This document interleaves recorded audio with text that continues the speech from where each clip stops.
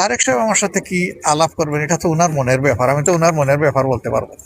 কারো উপর সামান্য কোনো অবিচার হলেই আমরা কিন্তু প্রতিবাদ করি, এমনকি সরকারি দলের কারো উপরে যদি আমরা দেখি অবিচার হচ্ছে তাও প্রতিবাদ করবো। অবিচার আমরা মেনে নেব না কোনো অবস্থায়। সরকারি দল যদি ইতিবাচকভাবে তারা কার্যক্রম করেন আমাদের সহযোগিতা তারা পাবেন নিশ্চয়ই। কিন্তু জনস্বার্থ যদি বিঘ্নিত হয় তাহলে তো আমরা জনগণের পক্ষেই আমরা অবস্থান, এবং আমাদের অবস্থান হবে একদম ক্লিয়ার কাট।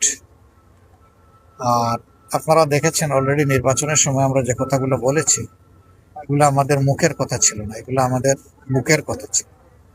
3 শর্ত আমরা চাইবো যে এটা সবাই মানে। নাম্বার 1, এই সোসাইটি আগাগোড়া দুর্নীতিগ্রস্ত, দুর্নীতি থেকে বের হয়ে আসতে হবে। 2 নম্বর হচ্ছে বিচার বিভাগ, বিচার বলতে কিছুই নাই আমাদের দেশে। দেখেন না এতগুলো ঋণ লাভ কেমনে চান্স পায়, এদের হাতে দেশ কিভাবে নিরাপদ হবে? হবে না, কারণ এরা তো সবসময় নিজের স্বার্থ দেখে।